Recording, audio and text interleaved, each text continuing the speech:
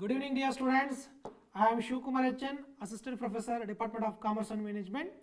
Today, I will continue the subject Business Environment, second semester, first year BBA.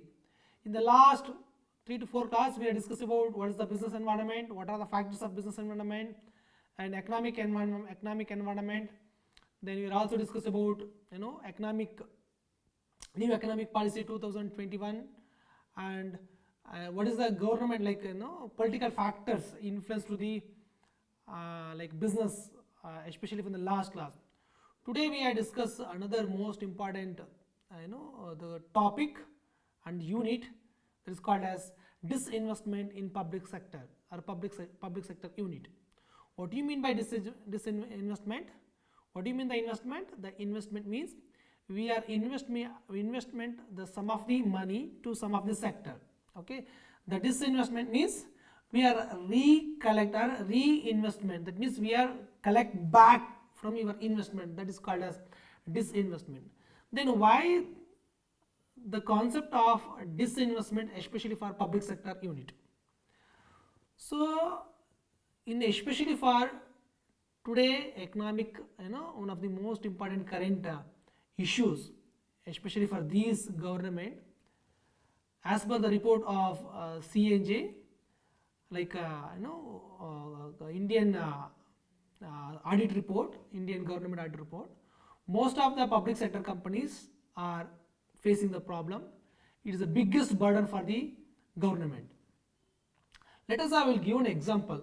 What is a disinvestment? Then what is the reason the government now it's planned to disinvestment some of the sector, especially for in the public sector. I will give an example, HMT, especially for in 1970, 1960, 1970, 1980, HMT is the one of the popular and largest scale, especially for watches. HMT is indicate the Indian time, okay, but now the HMT it stops its operation. What is the reason? Initially, when it was established, Government of India, it is a profitable unit up to the some level, like up to 1991, like before economic new policy. The which one HMT was profitable, but after liberalization, privatization, there's so many public and private companies enter into this industry, inefficient workers in HMT, so the HMT is not able to compete against the private companies like Tata, Sonata, Titan, Rado. So these are all the private watches company. So ಆ ಟೈಮಲ್ಲಿ ಏನು ಅನ್ಕೊಂಡಿದ್ವಿ HMT ಅವಾಗ ಹೇಳ್ತಿದ್ರು ಮದುವೆಗೆ ಹುಡುಗ prefer ಮಾಡ್ತಿದ್ದು ನನಗೆ HMT ವಾಚ್ನೇ ತಗೋಬೇಕು ಅನ್ನೋ ಒಂದು ಟ್ರೆಂಡನ್ನು ಕ್ರಿಯೇಟ್ ಆಗಿದ್ದು HMT watch. That is one of the popular. But ಇವಾಗಲೂ ಏನು ಅಷ್ಟೊಂದು HMT ಹಳೆ ವಾಚ್ ಇನ್ನು 30 to 40 years ಬ್ಯಾಕ್ ತೊಗೊಂಡ್ರು HMT ವಾಚ್ ಸ್ಟಿಲ್ ಇಸ್. ನೀವು ಯಾರ ಹತ್ರ ಮನೇಲಿದ್ರೆ ನಿಮ್ಮ ತಂದೆ ಅಥವಾ ನಿಮ್ಮ ನಿಮ್ಮ ಪೇರೆಂಟ್ಸ್ ಯಾರ ಹತ್ರ ಇದ್ರು ಸ್ಟಿಲ್ ಇಸ್ ವರ್ಕಿಂಗ್ ಕಂಡೀಷನ್. ಅಷ್ಟೊಂದು ತುಂಬ ಎಫಿಷಿಯೆಂಟ್ ಪ್ರಾಡಕ್ಟ್ ಅದು. But why it was failure? Because of inefficient of the inter management system. So that's the reason HMT was failed. Then another one example given, what do you mean by the de-investment in public sector? Which one? Air India start ಮಾಡಿದ್ದು ಯಾರು? That is a Tata company, that is called as Jamset Tata.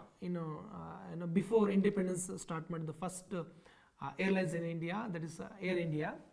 But after independence, the Indian airways nationalized ಆದಾಗ ಅದನ್ನು private sector ಇಂದ public ಸೆಕ್ಟರ್ಗೆ take over ಆಗ್ತದೆ. Government of India take over the entire business of Indian Airlines. But ಇವಾಗ before 1 year almost all Air India ಮತ್ತು Indian Airlines ಎರಡನ್ನ merge ಮಾಡಿದ್ರು. Before ಏನಿತ್ತು domestic operation separate, international operation separate. Air India, Indian Airlines ಎರಡನ್ನೂ merge ಮಾಡಿದ್ರು. It was huge loss ಇತ್ತು. What is the reason? Like ತುಂಬ companies ಎಲ್ಲ profitable ಇದ್ರು. So Y air India's loss? Because of inefficient working structure, improper management. Again ಇವಾಗ ಅದಕ್ಕೇನಾಯಿತು, the government plan, like ನಾವು air ಇಂಡಿಯಾನ ಇನ್ ಕಾಸ್ ಏನಾದ್ರೂ ಡಿಇನ್ವೆಸ್ಟ್ಮೆಂಟ್ ಮಾಡಲಿಲ್ಲ ಅಂದರೆ ಏರ್ ಇಂಡಿಯಾದು ಸೇಮ್ ಯಾವ ಪ್ರಾಬ್ಲಮ್ ಲೈಕ್ ಏನು HMD, like almost air India huge almost 40,000 crores ಅಷ್ಟು ಲಾಸನ್ನು ಫೇಸ್ ಮಾಡ್ತಾಯಿತ್ತು. ಸೊ ಇದನ್ನ ಡಿಸ್ಇನ್ವೆಸ್ಟ್ಮೆಂಟ್ ಮಾಡಲಿಲ್ಲ ಅಂದರೆ ಕಂಪನಿ ಮುಚ್ಚೋಗುತ್ತೆ. ಸೊ ಅದಕ್ಕೆ ಏನು ಮಾಡ್ತಾರೆ, ಸೆಂಟ್ರಲ್ ಗೌರ್ಮೆಂಟ್ ಟೋಟಲ್ ಕ್ಯಾಪಿಟಲ್ ಏನಿದೆ ಏನು ಅದರಲ್ಲಿ ಏರ್ ಇಂಡಿಯಾದಲ್ಲಿ ತನ್ನ ಟೋಟಲ್ ಇನ್ವೆಸ್ಟ್ಮೆಂಟ್ ಎಷ್ಟೇನು ಮಾಡಿತ್ತು ಆ ಇನ್ವೆಸ್ಟ್ಮೆಂಟನ್ನು ರೀಕಲೆಕ್ಟ್ ಮಾಡಿದ್ರೆ ಅದನ್ನ ತನ್ನ ಶೇರ್ಸ್, ಲೈಕ್ ಕಂಪನಿ ಶೇರ್ಸ್ ಇದೆ, ಆ ಎಲ್ಲ ಶೇರ್ಸ್ಗಳನ್ನು ಏರ್ ಇಂಡಿಯಾ ಶೇರ್ಸನ್ನು government of India is transfer or sale to again Tata, Tata group again ಅದನ್ನ ಬೈ ಮಾಡ್ತದೆ. ಸೊ ನಾವೀಗ ಲೈಕ್ ಟಾಟಾ ತುಂಬಾ ಸ್ಟ್ರಾಟಜಿಕ್ ಪ್ಲ್ಯಾನ್ ಮಾಡ್ತಾ ಇದೆ. ಸೊ ಅವರು ಏರ್ ಬೋಗಿಯನ್ನು ಮತ್ತೆ ಎಗೇನ್ ಪರ್ಚೇಸ್ ಮಾಡ್ತಾ ಇದ್ದಾರೆ. ಸೊ ನಾವು it is take some action. So this is calls a disinvestment in public sector. Why I think CAG report ಹೇಳ್ತಾ ಇದೆ more than 50% of public sector undertakings, public sector companies ಇವೆ ಲಾಸಲ್ಲಿದೆ. Like only for few companies, few undertakings, public sector undertaking ಮಾತ್ರ profitable ಇದೆ. Remaining almost all 50% is loss. Almost 50% ಅವನ್ನ run ಮಾಡಲಿಕ್ಕೂ government ಪ್ರತಿ ವರ್ಷ ಟೋಟಲ್ ಬಜೆಟಲ್ಲಿ ಸಮ್ ಆಫ್ ದ ಅಮೌಂಟನ್ನು ಅಲ್ಲಿ ಇನ್ವೆಸ್ಟ್ ಮಾಡಬೇಕಾಗಿದೆ. ಲೈಕ್ ಇನ್ ಕರ್ನಾಟಕದಲ್ಲಿ ತಗೊಳ್ಳೋದಾದ್ರೆ ಲೈಕ್ ಲಾಸ್ಟ್ ಇಯರ್ ರಿಪೋರ್ಟ್ ಪ್ರಕಾರ, ಆಡಿಟ್ ರಿಪೋರ್ಟ್ ಪ್ರಕಾರ almost 90% of public sector undertaking is loss.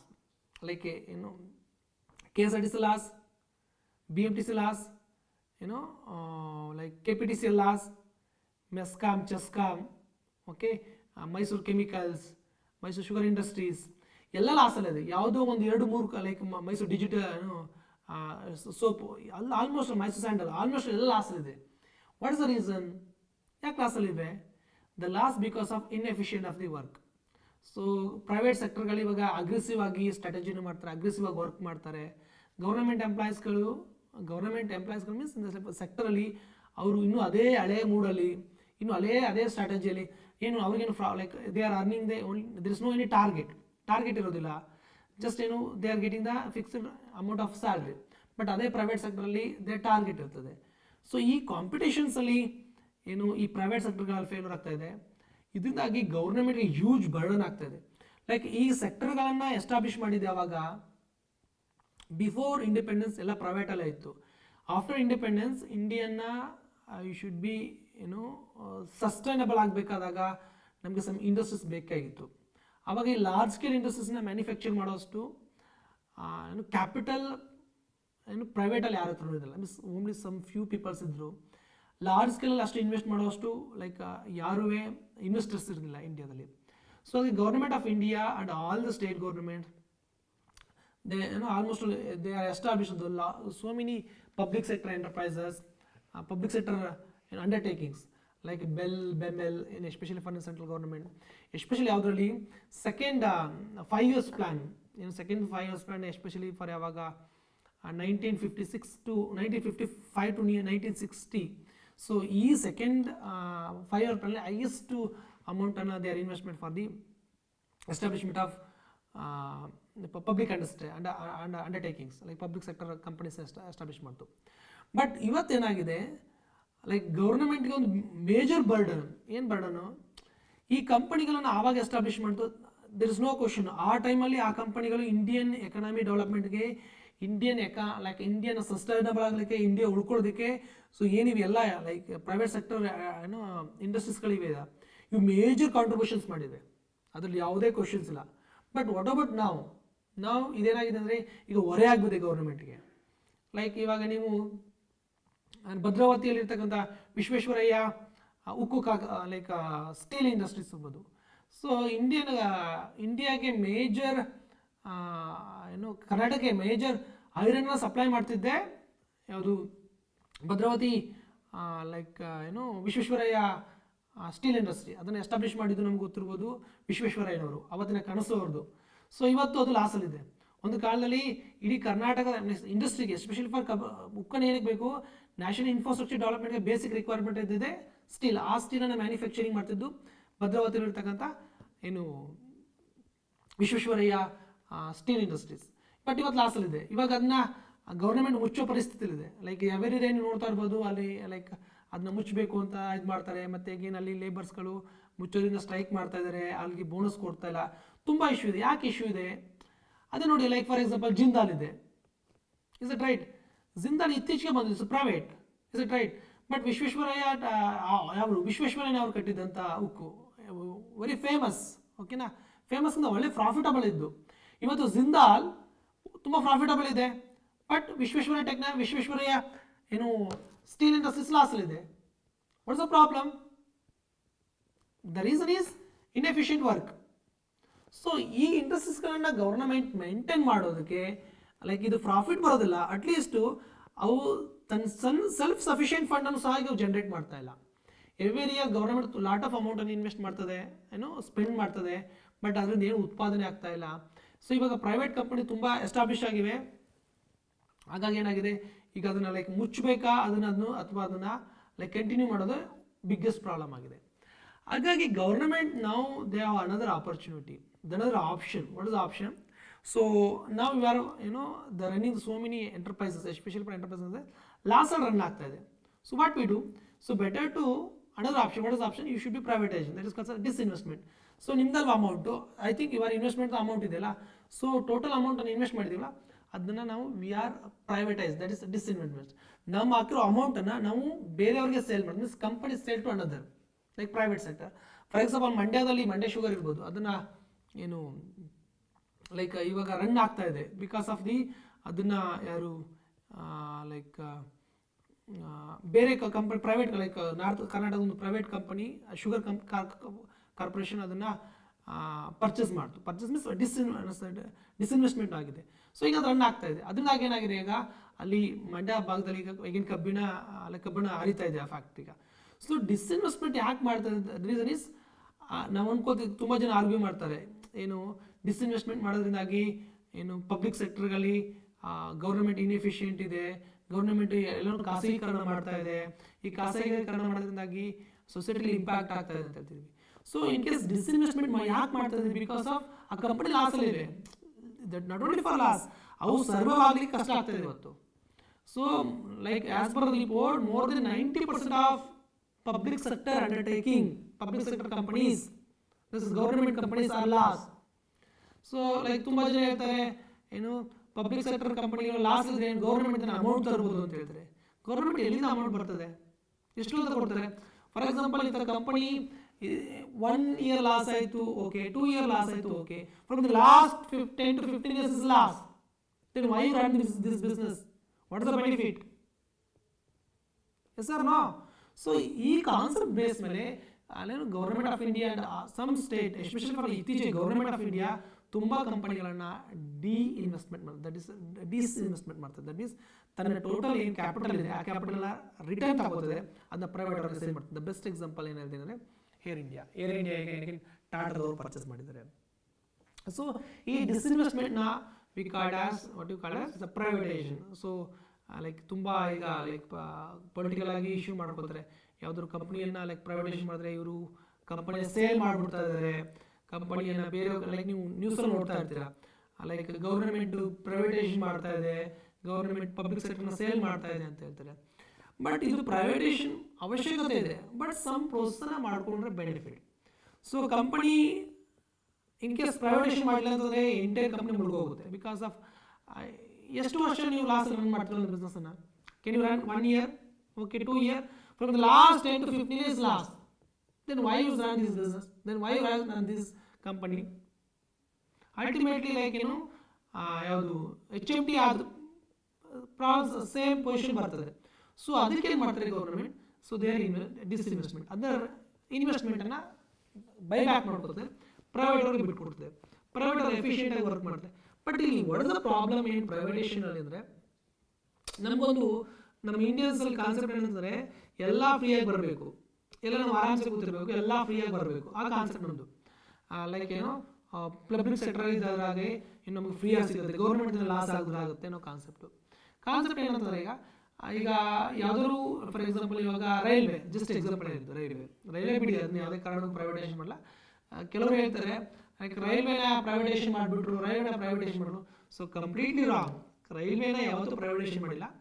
ರೈಲ್ವೆಯ ಸಮ್ ವರ್ಕನ್ನ, ಸಮ್ ಕನ್ಸ್ಟ್ರಕ್ಷನ್ ವರ್ಕ್ ಇರ್ಬೋದು, ಅಥವಾ ನೀಟ್ನೆಸ್ ಇರ್ಬೋದು, ಅಥವಾ ಸಮ್ ಎಕ್ವಿಪ್ಮೆಂಟ್ಸ್ ಅನ್ನ ಇರ್ಬೋದು, ಸಮ್ ಅದನ್ನ ಪ್ರೈವೇಟ್ ಪಾರ್ಟ್ನರ್ಶಿಪ್ ಅಲ್ಲಿ ಅದನ್ನ ಮ್ಯಾನೇಜ್ ಮಾಡ್ತಾ ಇದ್ದಾರೆ. ಸೊ ಅದಂದ ತಕ್ಷಣ ಲೈಕ್ ಎಂಟೈರ್ ಏನು ಅದನ್ನ ಲೈಕ್ ರೈಲ್ವೆನ ಪ್ರೈವೇಟೈಸೇಷನ್ ಮಾಡಿದ್ರೆ ಅಂತಲ್ಲ.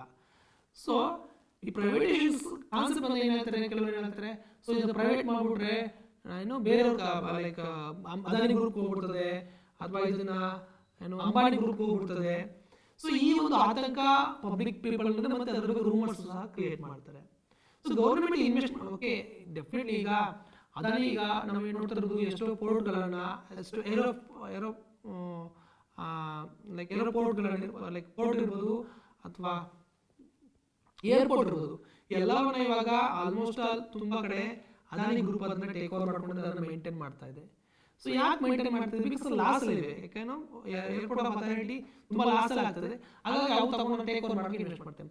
ಬಟ್ ಇವಾಗ ಆತಂಕ ಏನು ಸರ್, ಈಗ ನೀವು ಏರ್ಪೋರ್ಟ್ ಅನ್ನ ಅದಾನಿ ಗ್ರೂಪ್ಗೆ ಸೇಲ್ ಮಾಡ್ಬಿಟ್ರಿ, it's not sale, means it's take over by the Adani group. Government of India ಒಂದು 100 ಕೋಟಿ ರೂಪಾಯಿ ಇನ್ವೆಸ್ಟ್ ಮಾಡಿತ್ತು, ಆ 100 ಕೋಟಿ ರೂಪಾಯಿನ ಅದಾನಿ ಗ್ರೂಪ್ ಅವರು ಇನ್ವೆಸ್ಟ್ ಮಾಡ್ತಾ ಇದ್ದಾರೆ ಈಗ. ಸೊ ನಾವೀಗ ಏನು ಪ್ರಾಬ್ಲಮ್ ಅಂದ್ರೆ ಲೈಕ್ ನೀವು ಅದಾನಿ ಗ್ರೂಪ್ ಕೊಟ್ಬಿಟ್ರೆ ನಾಳೆ ದಿನ ಲೈಕ್ ಏನು ಪೋರ್ಟ್ ಅಲ್ಲಿ ಇವಾಗ ಗೌರ್ಮೆಂಟ್ ಇದ್ದು ಪ್ರೈಸ್ ಕಡಿಮೆ ಇತ್ತು, ನೆಕ್ಸ್ಟ್ ಪೋರ್ಟ್ ಅಲ್ಲಿ ಅದಾನಿ ಗ್ರೂಪ್ ಅವ್ರದ್ದೇ ಆಗಿರುತ್ತೆ, ಅವ್ರ ಪ್ರೈಸ್ ಜಾಸ್ತಿ ಮಾಡಿದಾಗ ಏನ್ ಮಾಡ್ತೀರಾ? ಇಲ್ಲ ಮೋನೋಪಲಿ ಆಗ್ಬಿಡ್ತದೆ. ಗೌರ್ಮೆಂಟ್ ಮೋನೋಪಲಿ ಆದಾಗ government what is the interest is to public. ಅವಾಗ ನಾನು ಏನು ಹೇಳ್ತೀನಿ, like for example government monopolistic market ಮಾಡಿದಾಗ so what is the intention? Government always prefer to the society, the development of the society is the concern of society. But public monopoly ಏನು ಅನ್ಕೋತೀವಿ, so ಇದು profitable monopoly ಅಂತ ಅನ್ಕೋತೀವಿ. ಅದೇ ನಮಗೆ main ಆತಂಕ. Like normal ಆಗಿ public ವಿಷಯ ಅನ್ನೋದು public monopoly ಆಗ್ಬಿಟ್ರೆ ಪಬ್ಲಿಕ್ ಸೆಕ್ಟರ್ ಅವರು ಬಂದ್ಬಿಟ್ರೆ ಏನಾಗ್ತದೆ, ನಮ್ಮ ಲೈಕ್ ನೆಕ್ಸ್ಟ್ ಜಿಯೋ ಹೇಳ್ತೀವಿ. ಸೊ ಫಸ್ಟ್ ಫ್ರೀ ಆಗಿ ಕೊಡ್ತಾರೆ, ಆಮೇಲೆ ಜಾಸ್ತಿ ಮಾಡಿ ಏನು ಮಾಡೋದು, ದೇಶವನ್ನು ಮಾರ್ಬಿಡ್ತಾರೆ ಅಂತ ಹೇಳ್ತಾರೆ. ಸೊ ಸುಮ್ಮನೆ ಅಂದ್ರೆ ಡಿಸ್ಇನ್ವೆಸ್ಟ್ಮೆಂಟ್ ಮಾಡಲ್ಲ, ಸಮ್ ರೂಲ್ಸ್ ಅಂಡ್ ರೆಗ್ಯುಲೇಷನ್ಸ್ ಇರ್ತದೆ, ಸಮ್ ರೆಸ್ಟ್ರಿಕ್ಷನ್ಸ್ ಇರ್ತದೆ, ಆ ಎಲ್ಲವನ್ನ ಪಾಲಿಸಿನ ಫ್ರೇಮ್ ಮಾಡಿ ಡಿಸ್ಇನ್ವೆಸ್ಟ್ಮೆಂಟ್ ಮಾಡೋದು. ಸೊ ಡಿಸ್ಇನ್ವೆಸ್ಟ್ಮೆಂಟ್ ನಾವೇನು ಕರಿತೀವಿ ಪ್ರೈವೇಟೈಸೇಷನ್ ಅಂದ್ರೆ ಸೊ ಪಬ್ಲಿಕ್ ಸೆಕ್ಟರ್ ಅಲ್ಲಿ ಇರ್ತಕ್ಕಂಥ ಏನು government of India, state government ತಮ್ಮ ಅಮೌಂಟ್ ಅನ್ನ ಇಂಪ್ಯಾಕ್ಟ್ ಮಾಡ್ಕೋತವೆ, ಬೇರೆ ಕಂಪನಿಯವರು ಅದನ್ನ ಬೇರೆಯವರನ್ನ ಪರ್ಚೇಸ್ ಮಾಡ್ತಾರೆ. ಸೊ ಲೈಕ್ ಬಿಫೋರ್ ವರ್ಕ್ ಮಾಡೋಕೆ ಇವಾಗ ಅಂದ್ರೆ ಮೊದಲು each and everything decisions will be taken by the government of India or respect to state government, but even the entity will be separate private organization, that is called as privatization. Then what is the benefit of privatization? Same benefit agutte ondu, the main benefit, it will be reduce the burden for the government. So ನಮಗೆ ಈಗಿರೋ budget ಅಲ್ಲಿ ತುಂಬಾ budget ಅನ್ನು ನಾವು like for example Karnataka government almost ಒಂದು 300 companies run ಮಾಡ್ತಾ ಇದೆ. Like KSRTC, BMTC ಅದೇ ರೀತಿ 300 ಕಂಪನೀಸ್ ರನ್ ಆಗ್ತವೆ. ಸೊ ಈ 300 ಕಂಪನೀಸ್ ಅಲ್ಲಿ 90% ಆಫ್ ಕಂಪನಿ ಲಾಸ್ ಅಲ್ಲಿದೆ. ಆ ಲಾಸ್ ಯಾರು ಬೇರೆ ಮಾಡಬೇಕು? ಗವರ್ನಮೆಂಟ್ ಬೇರೆ ಮಾಡಬೇಕು. Sir no, like KSRTC loss ಆಗುತ್ತೆ, ಯಾರು ಬೇರೆ ಮಾಡಬೇಕು? ಗವರ್ನಮೆಂಟ್. ಮೆಸ್ಕಾಂ ಲಾಸ್ ಅಲ್ಲಿದೆ, ಯಾರು ಮಾಡಬೇಕು? ಗವರ್ನಮೆಂಟ್. ಸೊ ಗವರ್ನಮೆಂಟ್ಗೆ ಸೊ ಈ ಕಂಪನಿಗಳನ್ನ ರನ್ ಮಾಡೋ ಸ್ಟಾರ್ಟ್ ಮಾಡೋದು ಉದ್ದೇಶ ಏನು? Provide services. ಬಟ್ ಇವಾಗ ಏನಾಗಿದೆ, last 10 to 15 years again loss ಆಗಿದೆ. It's a huge burden. ನನ್ನ ಬಜೆಟ್ ಅಲ್ಲಿ ಸಮ್ ಪೋರ್ಷನ್ಸ್ ಇವೇ ಗೋರ್ಕತಾವೆ. ಯಾವು? ಈ ಪಬ್ಲಿಕ್ ಸೆಕ್ಟರ್ ಅಲ್ಲಿ ಇರತಕ್ಕಂಥ ಯೂನಿಟ್ಗಳು ಅವ್ರು ರನ್ ಮಾಡ್ತಾ ಇದೀವ. ಓಕೆ, ಈ ವರ್ಷ ಇನ್ವೆಸ್ಟ್ ಮಾಡೋಣ, ನೆಕ್ಸ್ಟ್ ವರ್ಷ ರಿಕವರಿ ಆಗುತ್ತೆ ಅಂತ, ರಿಕವರಿ ಆಗ್ತಾ ಇಲ್ಲ. ಈ ಬರ್ಡನ್ ಕಡಿಮೆ ಆಗುತ್ತೆ. ಸೊ ಅಲ್ಲಿಗೆ ಇದೇ ಅಮೌಂಟ್ ಅನ್ನ ಲೈಕ್ ಪ್ರೈವೇಟೈಸೇಷನ್ ಮಾಡಿದಾಗ ನಮ್ಗೆ ಎರಡು ಬೆನಿಫಿಟ್. ಸೊ ಎರಡು ಬೆನಿಫಿಟ್ ಅಂದ್ರೆ ನಾವು ಈ ವರ್ಷ ಆ ಲಾಸ್ಗೆ ನಾವು ಇನ್ವೆಸ್ಟ್ಮೆಂಟ್ ಮಾಡೋದಿಲ್ಲ, that's the first one. Second one, ನಾವು ಇನ್ವೆಸ್ಟ್ಮೆಂಟ್ ಮಾಡೋದನ್ನ ನಾವು ರೀಗೇನ್ ಮಾಡಿದಾಗ ಅಗೇನ್ ಗವರ್ನಮೆಂಟ್ ಫಂಡ್ ಬರ್ತದೆ. ಲೈಕ್ ನಾವು ಮಾಡ್ತಾ ಇದೀವಲ್ವಾ, ಅಗೇನ್ ನಮಗೆ ಫಂಡ್ ರಿಟರ್ನ್ ಬರ್ತದೆ. ಸೊ ಈ investment we can invest somewhere, means we are investment for development of infrastructure of the state or nation. So that is the one burden ಕಡಿಮೆ ಆಗುತ್ತೆ. Again main another one disinvestment ಆದಾಗಿ ಅಥವಾ privatisation ಮಾಡೋದು main benefit ಏನಂದ್ರೆ administrative machine change ಆಗುತ್ತೆ. Public sector ಇದ್ದಾಗ like ನೀವು ಯಾವುದೇ ಗೌರ್ಮೆಂಟ್ ಆಫೀಸಲ್ಲಿ ನೋಡ್ಬೋದು, ಅವ್ರ ಮೇನ್ ಏನು ಸರ್ವಿಸ್ ಮಾಡಬೇಕಷ್ಟೇ. ಅಲ್ಲಿ ಕಾಂಪಿಟೇಷನ್ ಆಗಲಿ, ಲೈಕ್ ಇನ್ ಬೆಸ್ಟ್ ಎಕ್ಸಾಂಪಲ್ ನಿಮ್ಗೆ ಹೇಳ್ತೀನಿ, BSNL ಕನೆಕ್ಟಿಂಗ್ ಇಂಡಿಯಾ. ಹೆಸರು ಕನೆಕ್ಟಿಂಗ್ ಇಂಡಿಯಾ, ಇಂಡಿಯಾಕ್ಕೆ ಟೆಲಿಕಾಂ ಸರ್ವಿಸ್ ಅನ್ನು ಕೊಟ್ಟದ್ದು BSNL. ಇಂಡಿಯಾದಲ್ಲಿ ಎಲ್ಲ ಲ್ಯಾಂಡ್ ಲೈನ್ ಇದ್ದು BSNL. ಇವತ್ತು BSNL ಹ್ಯಾಕಿಂಗ್ ಆಗಿದೆ, is right. So BSNL is government of India undertaking. Government ದುಡ್ಡು ಕೊಟ್ಟಿಲ್ವಾ BSNLಗೆ? Is it right? ಯಾಕೆ ಜಿಯೋ ಸಕ್ಸಸ್ ಆಯಿತು? ಅರೆ ಇನ್ನು ಅಂಬಾನಿಗಿಂತ ಗವರ್ಮೆಂಟ್ ಆಫ್ ಇಂಡಿಯಾಗೆ ಅಷ್ಟು ಮಾಡೋಕ್ಕಾಗೋದಿಲ್ವಾ? ಮೀನ್ಸ್ ಅಲ್ಲಿ ವರ್ಕ್ ಮಾಡೋ ಅಡ್ಮಿನಿಸ್ಟ್ರೇಟಿವ್ ಇಚ್ಛಾಶಕ್ತಿ ಇಲ್ಲ. ಲೈಕ್ ನಂದು ಕಂಪನಿ, ನಾನು ಇನ್ವೆಸ್ಟ್ ಮಾಡಿದ್ರೆ ಮೀನ್ಸ್ ಪ್ರಾಫಿಟ್ ಬಂದಷ್ಟು ಬಿಟ್ಟರೆ ಎಷ್ಟು, BSNL ಎಂಪ್ಲಾಯ್ಸ್ ಪ್ರಾಫಿಟ್ ಬಂದಷ್ಟು ಬಿಟ್ಟರೆ ಅವ್ರು ಬರೋ ಸಮ್ ಅಮೌಂಟ್ ಬಂದೇ ಬರ್ತದೆ. Like they are getting the benefit, all the benefit. But aggressiveness ಇಲ್ಲ. ಇವತ್ತು ಮಾರ್ಕೆಟಲ್ಲಿ ಜಿಯೋ ಇದು ಏರ್ಟೆಲ್ ಎಲ್ಲ ಕಾಂಪಿಟೇಟರ್ ಇದೆ. So they are not interested to compete. What happen? BSNL ಚೆನ್ನಾಗಿದೆ, ಲಾಸಲ್ಲಿ ಇದೆ, ಯಾವತ್ತು ಮುಳುಗೋಗುತ್ತೆ ಗೊತ್ತಿಲ್ಲ. ಸೊ ಎಲ್ಲೋ ಅಲ್ಲೊಂದು ಇಲ್ಲೊಂದು ನೆಟ್ವರ್ಕ್ ಹಾಕೊಂಡು ಕೂತಿದ್ದಾರೆ. ಈಗ ಗವರ್ಮೆಂಟ್ ಪ್ರತಿ ವರ್ಷ ಲಾಟ್ ಆಫ್ ಅಮೌಂಟ್ ಇನ್ವೆಸ್ಟ್ ಮಾಡಬೇಕು.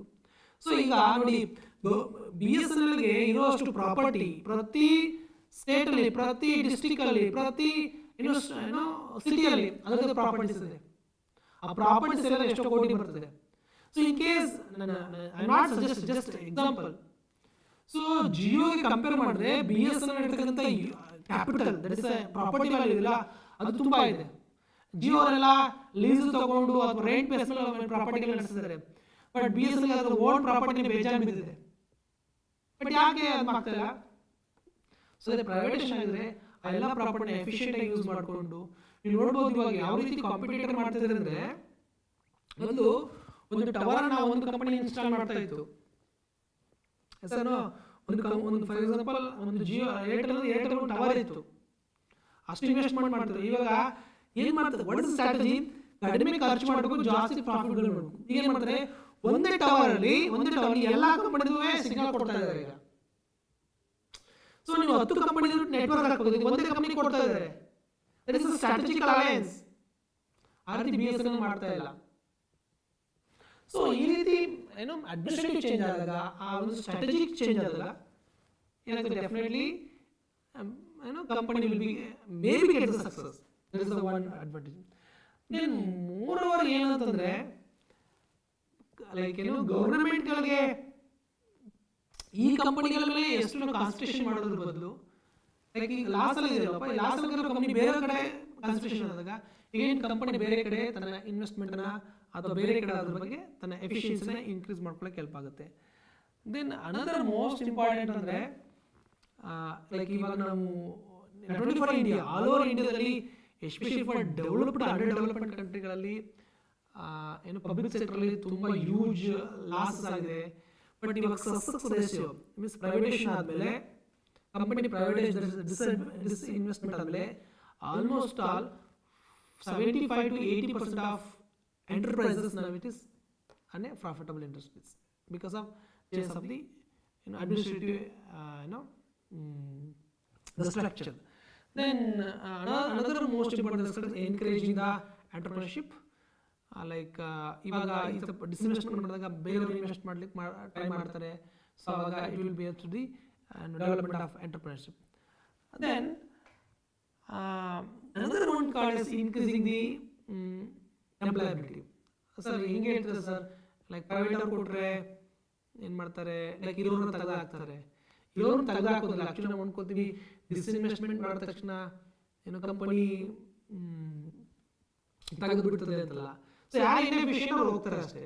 ಗೌರ್ಮೆಂಟ್ ಕಂಪನಿ ಇದ್ದಾಗ efficient inefficient they are getting, but privatisation ಮೇಲೆ ಇವೆಲ್ಲ ಇನ್ಎಫಿಷಿಯಂಟ್ ಹೋಗ್ಬಿಟ್ಟು.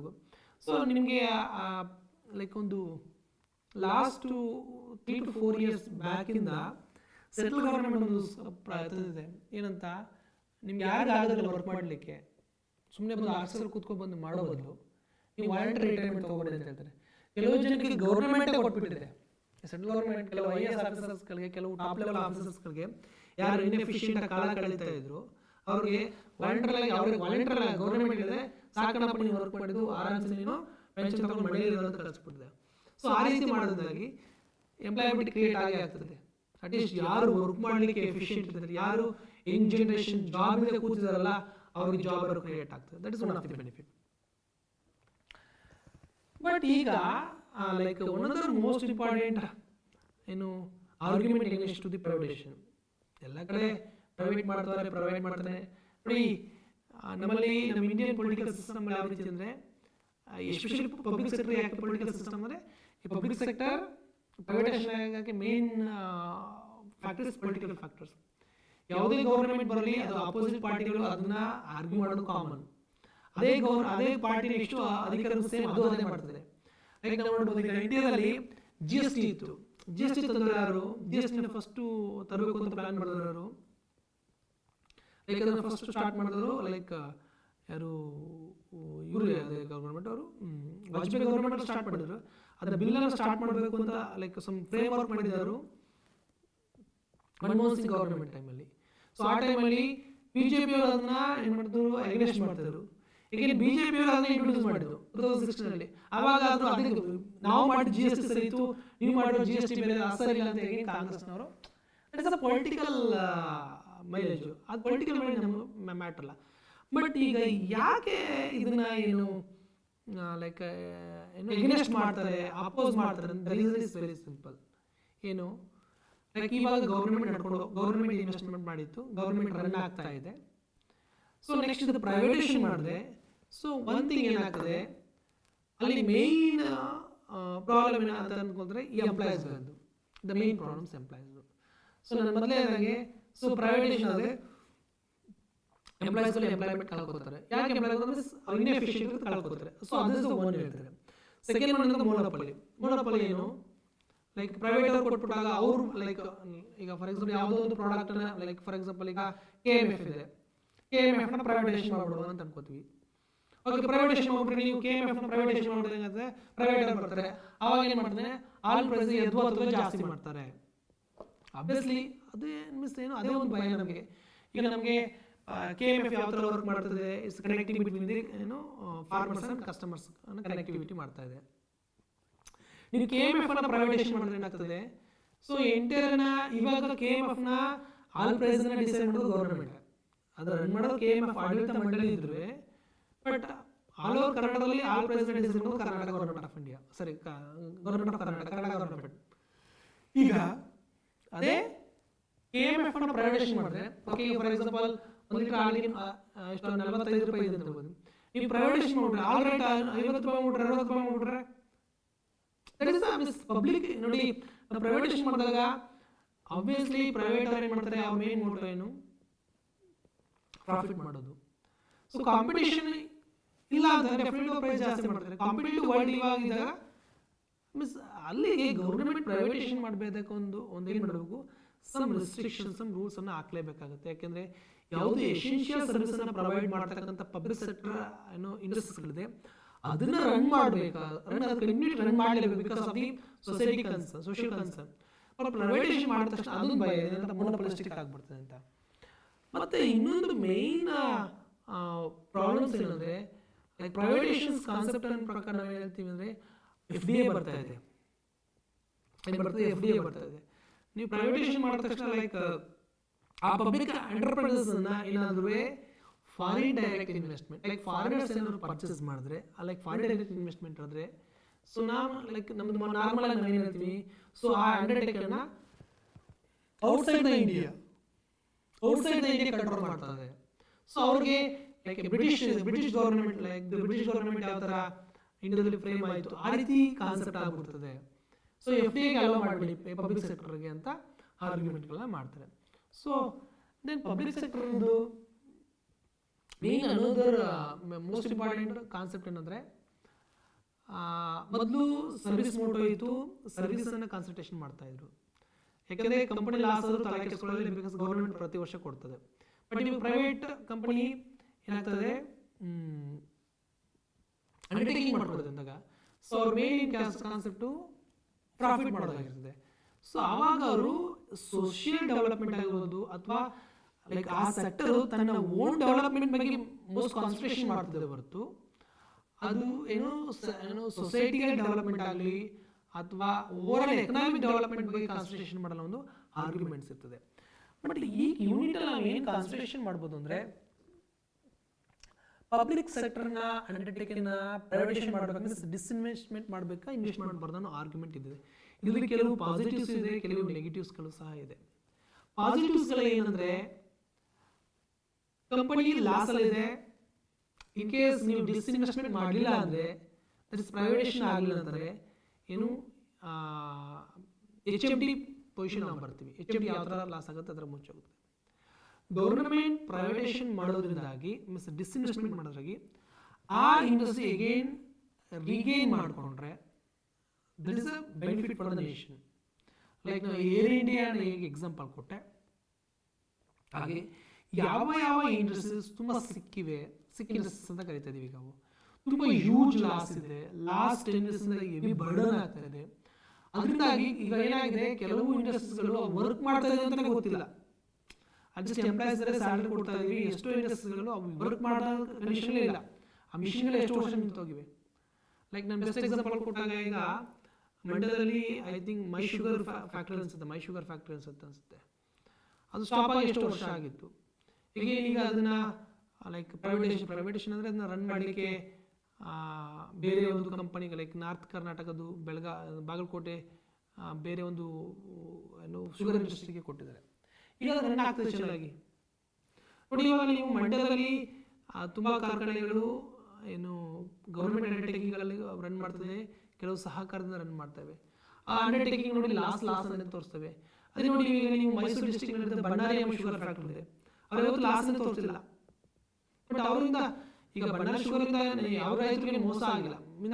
ಮೋಸ means in the form of ಏನು ಫಾರ್ಮರ್ಸ್ಗಳಿಂದ ಬೆಳೆದಿರ್ತಕ್ಕಂಥ ಕಬ್ಬಿಗೆ ಸರಿ ರೇಟ್ ಪ್ರೈಸ್ ಕೊಡ್ತಾ ಇದ್ದಾರೆ. ಲೈಕ್ ಬೇರೆ ಲೈಕ್ ನಿನ್ನೆ ಒಂದು ಡೇಟಾವನ್ನು ನೋಡೋದು, ಅದಕ್ಕಿಂತ ಹೇಳ್ತಾ ಇರೋದು ಬೇರೆ ಕಂಪನಿಗಳು ಕೊಡ್ತಕ್ಕಂಥ ಏನು ಪ್ರೈಸ್ಗಿಂತ ಬಳ್ಳಾರಿ ಶುಗರ್ ಫ್ಯಾಕ್ಟರಿ ಕೊಡ್ತಕ್ಕಂಥ ಪ್ರೈಸ್ ಐ ಥಿಂಕ್ ಒಂದು 10 ರೂಪಾಯಿ 50 ರೂಪಾಯಿ ಜಾಸ್ತಿ. I don't know what is actual exact figure. So ಈ ರೀತಿ ಪ್ರೈವೇಟೈಸೇಷನ್ ಮಾಡಿದ ತಕ್ಷಣ ಲೈಕ್ ಆ ಸೆಕ್ಟರ್ ಲಾಸ್ ಆಗಿಬಿಡ್ತದೆ, ಆ ಸೆಕ್ಟರ್ ಏನು ಮುಳುಗೋಗುತ್ತೆ ಅನ್ನೋ ಕಾನ್ಸೆಪ್ಟ್ ಅಲ್ಲ. ಸೊ ಪ್ರೈವೇಟೈಸೇಷನ್ ಯಾಕೆ ಮಾಡಬೇಕು ಅಂತಂದರೆ, ಸೊ ಆ ಟೈಮಲ್ಲಿ ನಾವು ಎಕನಾಮಿಕ್ ಸರ್ವೈವ್ ಆಗಬೇಕೋಸ್ಕರ ಅವತ್ತು ಲೈಕ್ 1970 ಆ ಟೈಮಲ್ಲಿ ನಾವು ನ್ಯಾಷನಲೈಸ್ ಮಾಡಿದ್ವಿ, ಪಬ್ಲಿಕ್ ಸೆಕ್ಟರ್ಗೆ ಎಸ್ಟಾಬ್ಲಿಷ್ ಮಾಡಿದ್ವಿ. ಸೊ ಅದರಿಂದಾಗಿ ನಮ್ಮ ಎಕನಾಮಿಗೆ ತುಂಬ ಹೆಲ್ಪ್ ಆಯಿತು. ಬಟ್ ಇವತ್ತು ಈ public sector enterprises they are not able to compete in a private sector against the private sector. ಹಾಗಾಗಿ ನೀವು ಕಾಂಪೀಟ್ ಮಾಡೋಕ್ಕಾಗ್ತಾ ಇಲ್ಲ, ನಿಮ್ಮ ಇಂಡಸ್ಟ್ರೀಸ್ ಮುಳುಗೋಗ್ತದೆ. ನೀವು ಇಂಡಸ್ಟ್ರೀಸ್ ಮುಳುಗೋದ್ರೆ ಗೌರ್ಮೆಂಟ್ ಬರ್ಡನ್ ಆಗ್ತಾ ಇದೆ. ಸೊ ಹಾಗಾಗಿ government take some precautions measurements and some rules and regulations. ಇದನ್ನ ಒಂದು ಫ್ರೇಮ್ ವರ್ಕ್ ಅಲ್ಲಿ ಲೈಕ್ ಯಾವ್ಯಾವ ಇಂಡಸ್ಟ್ರೀಸ್ ಲಾಸ್ ಆಗೋದನ್ನ ಅಟ್ಲೀಸ್ಟ್ ಲಾಸ್ ಆಗೋದನ್ನ ಬರ್ಡನ್ ಕಡಿಮೆ ಮಾಡ್ಕೊಳ್ಳೋಕ್ಕೋಸ್ಕರ ಈ ಪ್ರೈವೇಟೈಸೇಷನ್ ಪ್ರಾಪರ್ ಒಂದು ಏನೋ ಸಿಸ್ಟಮ್ಯಾಟಿಕ್ ಸ್ಟಡಿ ಮಾಡಿ ಪ್ರೈವೇಟೈಸೇಷನ್ ಮಾಡೋದ್ರಿಂದಾಗಿ ಲೈಕ್ ಬಿಸ್ನೆಸ್ ರೀಗೇನ್ ಆಗ್ತದೆ, ಅಗೇನ್ ನ್ಯಾಷನಲ್ ಎಕನಾಮಿಕ್ಗೆ ಡೆವಲಪ್ಮೆಂಟ್ಗೆ ಯೂಸ್ ಆಗುತ್ತೆ. So this is the related to the unit disinvestment in public sector enterprises. So you need to what is the problem of privatisation, ಅದೆಲ್ಲ ನಿಮ್ಮ like ಏನು ನಿಮ್ಮ study materials easy ಇದೆ. So ನಾನು ಇವಾಗ ಈ ಕ್ಲಾಸ್ನ ಎಂಡ್ ಮಾಡ್ತಾ ಇದ್ದೀನಿ. So tomorrow I will continue the next unit. I think you will be clear about the what is the privatisation, what is the disinvestment in a public sector unit. Okay, thank you.